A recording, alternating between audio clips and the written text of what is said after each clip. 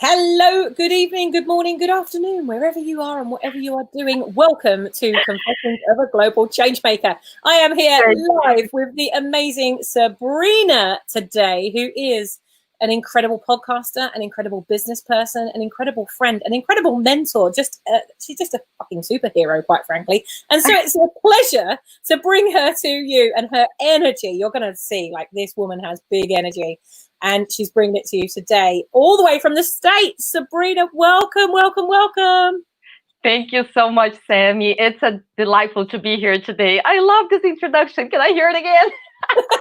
You can go back and watch the replay. You're currently going live via YouTube, 2 Facebook pages, the Facebook group, Twitter. So you're live all over the planet right now. Hello, Lubna. She says hello.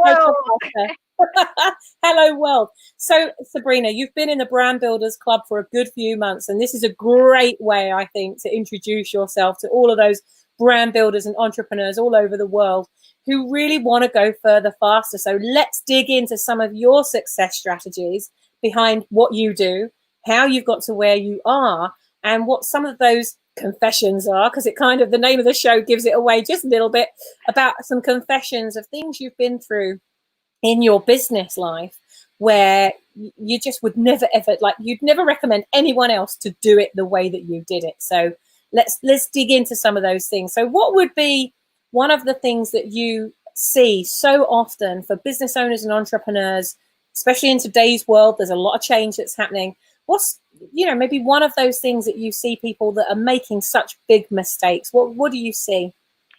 I would say the biggest mistake, I think, is us not believing in ourselves, right? And us playing small, like not being bold or not owning it, right? Being like, we hear all the time, there's books written about being unapologetic, right? Yet we can't get there because we're always so attached to this conventional success, and that's really why I created the podcast, Success with Sabrina, because I'm on a mission to redefine even what success means. Right. So that, so that we talk so much, Sammy, about having a vision, right? And knowing where you're going. And that is so important. So, it's almost like a paradox because you got to know where you're going, but you can't wait to get excited and have fun only when you get there, right? You have to start getting excited and having fun. It's a process. It's really that. So for me, the biggest thing that I would say is that it took me so long to own it. I kept playing small and hiding, behind like my one-on-one clients and I was just like, no, I'm not ready yet. Not yet. And then finally I made a mistake that you've talked about it. I'm sure all the entrepreneurs have talked about. I hired someone to coach me on breaking this through. And it was someone that wasn't really committed to anybody, that kind of situation. And I spent all this money. And I was so frustrated because I was like, man, this is so, and that's when the podcast came out, because this is what we do, entrepreneurs. We're like, even if it was not an ideal situation, we're going to get something out of it, and that's when I said to myself, I'm going to do something. I don't care if, I didn't get what I was hoping or expecting. Yeah, so you can really turn the manure into a message, which you've done, and you've created a podcast that supports other people to not go through that same stressful process that you went through. And I think that's such an important thing that you've just shared. I want to dig in a little bit deeper. You talked about owning it. So what does it mean to own it? Yeah, it means to, welcome even the sides of you that you don't necessarily like, because you got to be human, right? Like if you're just trying to portray this, strong leader that has no flaws, right? Like, the Beyonce song, I woke up like this, right? And it's not like that, right? We all have bad days, and just owning all of you, right? And being honest and coming in terms with that so that other people can resonate and they can feel you, and then you build trust, right? It's only when you're really owning it. So that's what I mean. It's owning the good and the bad, welcoming the right and the wrong, right? Yeah. I mean, that's really, it's so beautiful. A really good friend of mine, Irene, she's, I'm part of a mastermind that she's in. And I tell you what, I am so inspired by her. She's got stage 4 cancer. She's building this incredible business, supporting people all over the world to find love with their soulmate. And she's got these strategies and she does these things. Her business is based out of Japan. So she's constantly flying back and forward from London to Japan, you know, very, very successful businesswoman. And the first session when like we were sharing our stories around the table, and the very first session when she got up and she shared her story and that she's got stage 4 cancer, like I just had the biggest lump in my throat, because what she was saying was, you know, you can't love or find love with someone else if you don't own love for yourself. And she said, you know, I know I've got stage 4 cancer, she said, but I love my cancer. I've learned to love it. I've learned to fall in love with that piece of myself that other people like see it as this disease and they hate it and they're trying to do it. But she's found that actually not only to cope with it, but also that to shrink it, to almost like love it out of her body, and it's working. And it's just like incredible. Hi, Pete. Pete says, love you guys. We love you too, Pete. Pete is just phenomenal. Pete is a Brand Builders Club member, Sabrina. You guys are brand builders together. You should definitely connect and interview him on your show. And I'm sure he'd love to interview you as well. Yes, absolutely. So I think your message around really owning it really hit home when Irene said about literally owning even that. Yes, you know, because it's a decision, right? Like my last episode, I interviewed Mike McCullough. He's the Profit First phenomenon, right? And he talked about that, you know, we have a decision right now, us entrepreneurs, to either participate in the recession or not. I mean, obviously, it's going to happen no matter what. Right. But we have a decision. Are we going to just, you know, let go of all of our creativity because we put ourselves in a box, right? Or we're going to fight it, right? And so I love the story that you shared about Irene, your friend, and the cancer, because I think that, you know, there are sometimes I think we get so consumed by little things in our lives, you know, a broken nail, whatever. But then there's stuff that happens to us that you have to really go through it, right? But that doesn't define who you are, number one.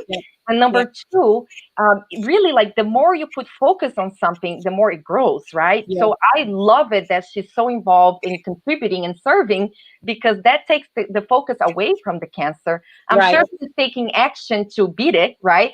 But she doesn't have to consume all of her energy towards that, right? She can focus on other things, and that's how you beat a cancer, guys, really. Absolutely. And it's focusing on the way you grow. You know, I was taking the dogs out for a walk this morning. I'm so inspired by nature. Like those of you that are watching this right now, do you get inspired by things like, you know, because I walk along and I'll see something and it just inspires me. And so I'm taking the dogs for a walk this morning and I spot this beautiful bright orange, like this almost like red orange butterfly with these like it had these black circles on its wings, totally symmetrical, and like these other beautiful patterns on it, and it just literally fluttered down and it went on the grass and its little wings were going like that, and I was just watching this butterfly, totally mesmerized in the moment, and the dogs are just kind of sniffing around, they're doing their thing, and I'm just watching this. I must have been stood there watching this butterfly for at least a minute. I was really mesmerized by it, and the thought that came to me was, wow, like, I know what you've been through to get to that, to look so beautiful, to own that most amazing color, right? But I know that you will have gone through a whole world of pain. Like you literally had to break yourself, and the chrysalis broke you, and for you to be able to transform into something else. Like I know the pain that you must have got, that can't have been an easy process. That must have been painful. You know, I mean, you know, whether you think about it with insects or animals or not, like they must experience pain. They must experience something. And I just thought, God, what you've been through to go through that. And then I thought, gosh, isn't that just like business? Isn't it just like life? You know, people only see the beautiful stuff. Like people say to me, well, it's all right for you because, you know, you live on a boat and you have freedom. And you, like, do you think I fucking was born that way? No, right? I went through shit and fear and frustration and fuck ups and constant learning that didn't feel good, right? But they look at where you are now and they have, you know, sometimes, not everybody, but it's easy for for people to get overwhelmed or into compare and despair looking at you where you are, but they don't realize actually where you've come through to get to that. So tell us about a time in your life where you had to come through that pain, or you had to break, you had to be broken before you could be born, like a seed. Oh my gosh, I think I do that every day, right? I feel like I die every day and then I'm born again the next day, right? Really, I think that's what we There's a have lot of to people do. that agree with you. I think that's what we ought to do anyways, if you're really truly going to serve, right? Like if you're sitting with someone, you have to die every day in order to really serve that person, right? But, you know, going back to what you're talking about, I'm a nature lover myself. I sometimes I think, you know, I have this thoughts. I'm like, am I the only one, or am I crazy or what? But I think actually when I go on walks and I see something, I see it as a gift.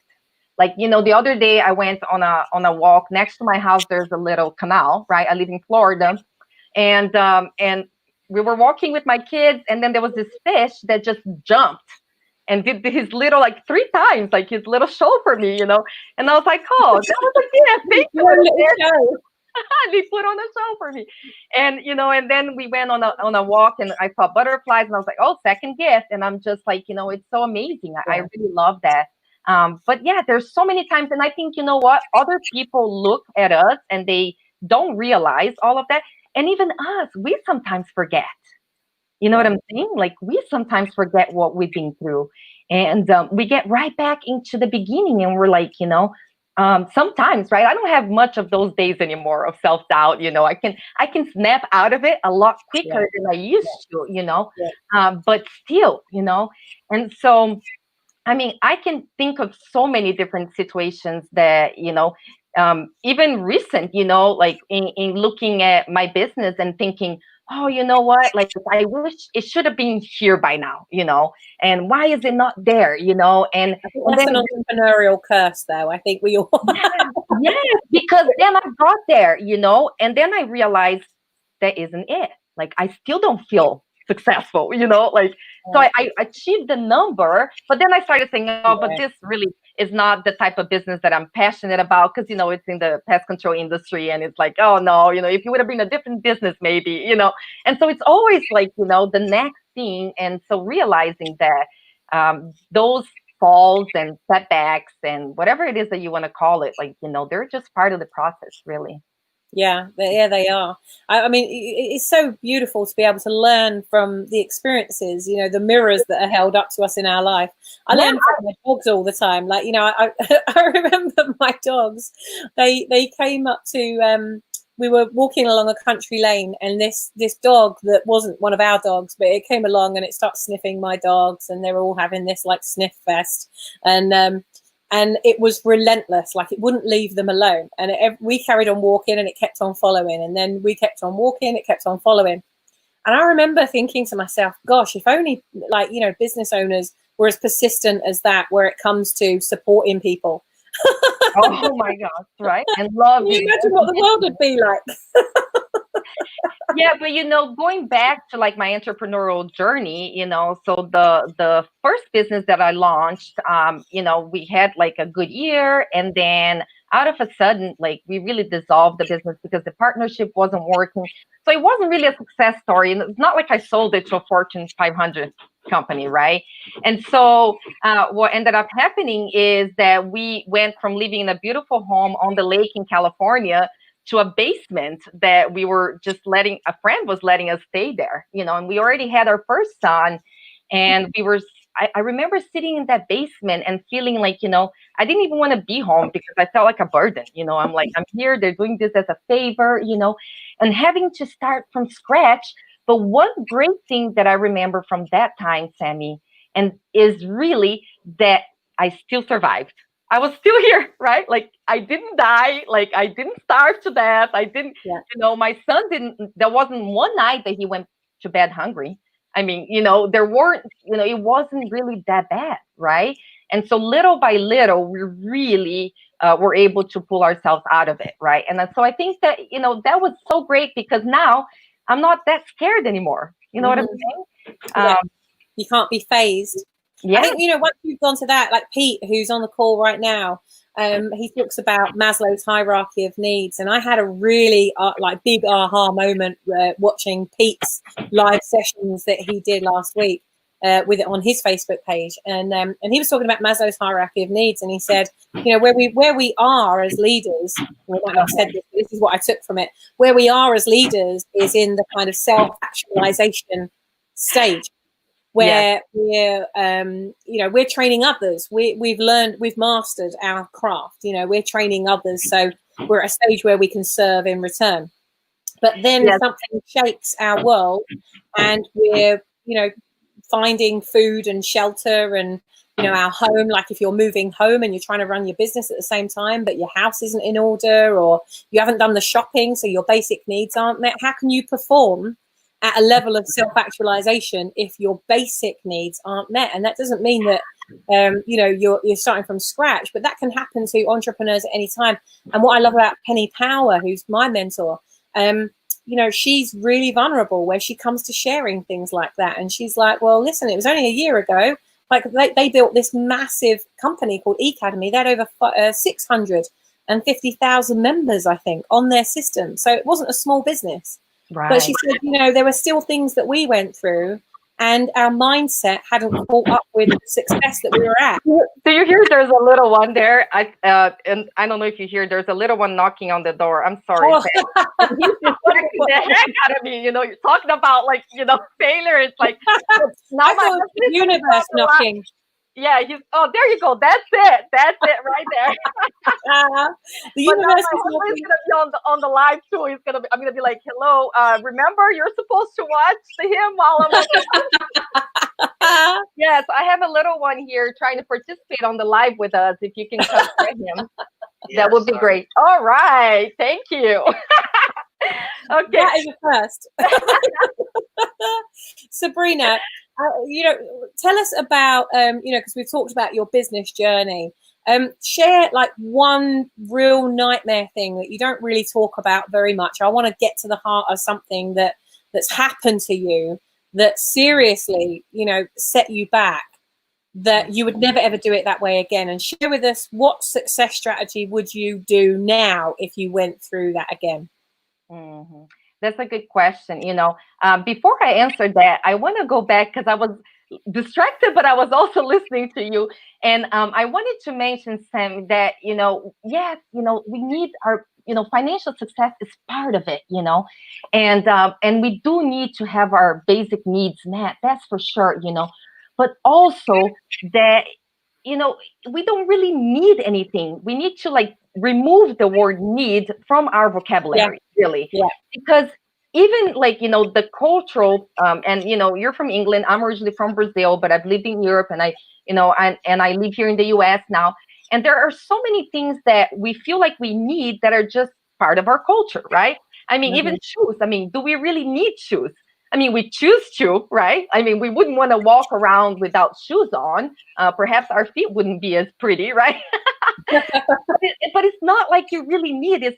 It's just really a choice that you make, right? So I think that, by us getting so attached to needing it, I must, I need, or even I want, it puts you in that lack mindset, Yeah, definitely. Scarcity mindset. And I think that's the biggest thing that really hit home for me during those times that there were huge setbacks, right? So I mean, besides this one, where we really had to start from scratch, honestly, I think that there were times if you were to ask me what do you wish you know now, then what you know now, I would say is really to get clear about my game, because also even the setbacks, you can't really look at them as failures. They're all part of your journey, and they're all teaching you something to build up for something else, right? Yeah. And so we have our vision, but it's not going to unfold all at the same time. It's almost like you're driving the car in the dark, and and you have the headlights on, and you only see just enough to keep going, right? But you really don't know. You really don't know. And I think that the biggest thing for me was, just always surrendering my game to someone else's game. right? So because I wasn't clear about what I wanted, what was my game, I would join other people's games. And and then I always felt like that was a failure because it didn't really speak to my purpose, right? It was Yeah. someone else's purpose. So, I spoke to Susan Densetton recently on the interview on my podcast, and she said something that really hit home. She said, look, if there's something that you're searching for, an answer to something, and you don't find it, that really has to do with your purpose, because you really gotta have to write that book, girlfriend. Yeah. Right? Like, all the setbacks, I remember when I started, I was lucky enough to work for a little while with Michael E. Gerber. Okay. Yeah. And it's an interesting story because so I met him through his wife, right? And she was at an event in San Diego, and we had a casual conversation. And then she asked me what I did, and I told her. And then I asked her what she does. She said, "Oh, I'm working on my husband's legacy." And I thought, I wonder, like, either she's crazy or she really is married to someone that has a real legacy. And now we talk about, that everyone has a legacy, right? But back then, for me, it was all like, go big or go home, and think those thoughts, right? But anyways, and I remember, just realizing that it was such a great opportunity, even though at that time I felt like it was a failure because working for him lasted such a short period. But I look at my life right now, and even being here with you right now is a result of that. Because that's how I met Jamie, who introduced me to you, right? Yeah. So, and back then I was like, oh my gosh, I wish I had all these plans, right, on how, I was gonna, be Michael E. Gerber, whatever, right? Like protege or something, like who knows what I was thinking, right? Okay. And I felt like that was a failure, but really, it wasn't, right? So a lot of times I think that we look at the setbacks that we have in business, and it's always this, A and B scenario, right? It's either a success or a failure, but life is not like that. Maybe you wanted to give birth to this idea or product or business, and you wanted to do it like like just like you're giving birth to a child. You have your ideal birth, right? You think, oh, I want to give birth in the water, natural birth. But when you're right there, sometimes it doesn't go that way, right? And you got to go with the flow. You got to give birth to this child, right? And so if you have to, turn around and do a C-section, be happy. Don't be so, so, I guess, set on how controlling, really, like how Yeah. you things should turn out, or how the results It's should being brave enough and owning it enough that you can pivot. And I think there are a lot of businesses that need to pivot right now because of what's happening in the world. And it's time to pivot. And the beautiful thing as an entrepreneur is you have complete control. You can make a decision in the morning and have implemented it by the afternoon, especially when it's just you in the business. So most of the people watching this right now are in a really good position to be able to do that. Sabrina, we're coming to the end of the interview right now. What do you know for sure that you would love all of the people that watch this, both live and in future? What do you know for sure that you would love them to know about you? Yes, I know for sure that we all have a treasure in our hearts that we can share to the world. And I know for sure that we're all born not to hide behind whatever, but to really, really come out and serve and love and play and collaborate, right? And so I know for sure that it's important for us to define what success means to us and to let go of the old conventional way of looking at success, and be more open, so that you can start to experience success even before the world thinks that you're successful, because that's how you're going to attract more of it. It's almost like when the banks loan you money when you don't need it anymore, right? Really, right? Success comes to you when you've let go of it. You go, all right, you know what? Like, I don't even care about that image anymore. I'm already successful. I feel it. I love that. Really owning it. Well, Sabrina, you have a podcast. So let's just talk as we wrap up. Let's talk a couple of minutes about your podcast.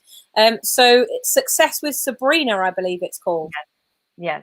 So tell us about how can we find it? Where can we find it? And are you looking for people to interview? Yes, tell us about the show. What's it about? Because I'm being interviewed today. Yay. Yes, exactly. I can't wait to publish our interview together and do what you're doing to me. I know the tables are going to be turned. I have no idea what's coming. But yeah, so success with Sabrina happened really because I needed to define what success meant for me, and I realized that a lot of my clients, a lot of people that I was collaborating with, they also were trapped into this ideal, and they never felt enough. And so I wanted to, I was defining myself. I don't really consider myself as like an interviewer. I'm more like a conversation starter, right? And the people that I'm looking to interview are people that are really committed to living the life by design, people that are really committed to create a life that might mean success for them. You know, you live on a boat, right? Some people are afraid of water, right? They might not want that. That would not mean success. Just so you know, I am. You are. Yeah, like I have a real phobia. Carl might need to talk to you. Carl's on the call right now. Yeah, I have. It's not of water. I have a phobia of fish. It's so silly. It's so silly. I don't know where it's come from or what. But yeah, when I was on the documentary a couple of years ago, we had to swim with sharks, and that was an enormous test. They had to do this big intervention with me, even to get me in the water. So yeah, it's a good example, though. I love that. Look at that. See, so being afraid of fish doesn't stop you guys from enjoying the scenery and loving the water, right?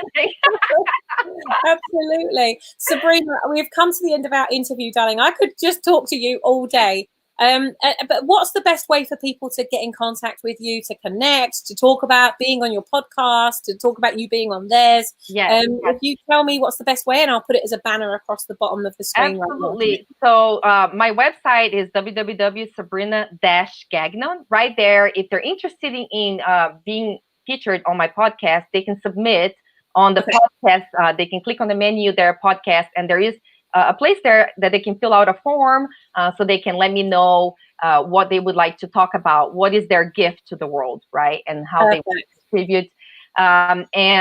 Also there you can find about my consulting services, business consulting, and brilliant. So just go to the website. And if you want to listen to the podcast, obviously it's on iTunes, and you can just go to the search and you just type Success with Sabrina and you'll see it right there.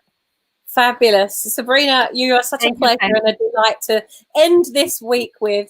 I can't believe that we've another week has shot by. So literally we're on Friday. I want to wish each and every one of you an amazing weekend. Sabrina, thank you so much for bringing your heart to this conversation and your whole self, your whole vulnerable self. There were some amazing things that you shared on this call, and just you're such a gift to the world, and I can't wait to see more of the world accessing that gift. So thank you. Thank you, Sammy. It was a pleasure. Thank you. Thank you. Thank you. Okay, Brand Builders Club members, I am going to see you in the Brand Builders Club Facebook group. Literally, as soon as I press end on this, I'm going to be going live in there with the lovely Lubna Zorro, who is the global ambassador from within Europe for the rest of the world for the Brand Builders Club. So come along and join us. We're going to do a very short session on planning your next 7 days. If you've got anything that's holding you back, you're frustrated, overwhelmed, anything that's coming up for you, let's unstick you so that you can literally plan your next 7 days. Have an amazing weekend, knowing that on Monday you're going to hit ground running. You're going to know exactly what you need to do. So we'll see you across in the Brand Builders Club Facebook group after this, and sending the rest of you that are watching this interview a load of love and hugs and light and health and all the things that that enable you to live that life by design. As you talk about that, Pete talks about that as well. So you've just got to get on each other's shows. Libna says, yes, yes, yes. We're going to see you over in the club right now. Sabrina, thank you again for your heart. And I'll see you in about half an hour for my interview. Yes. Take care.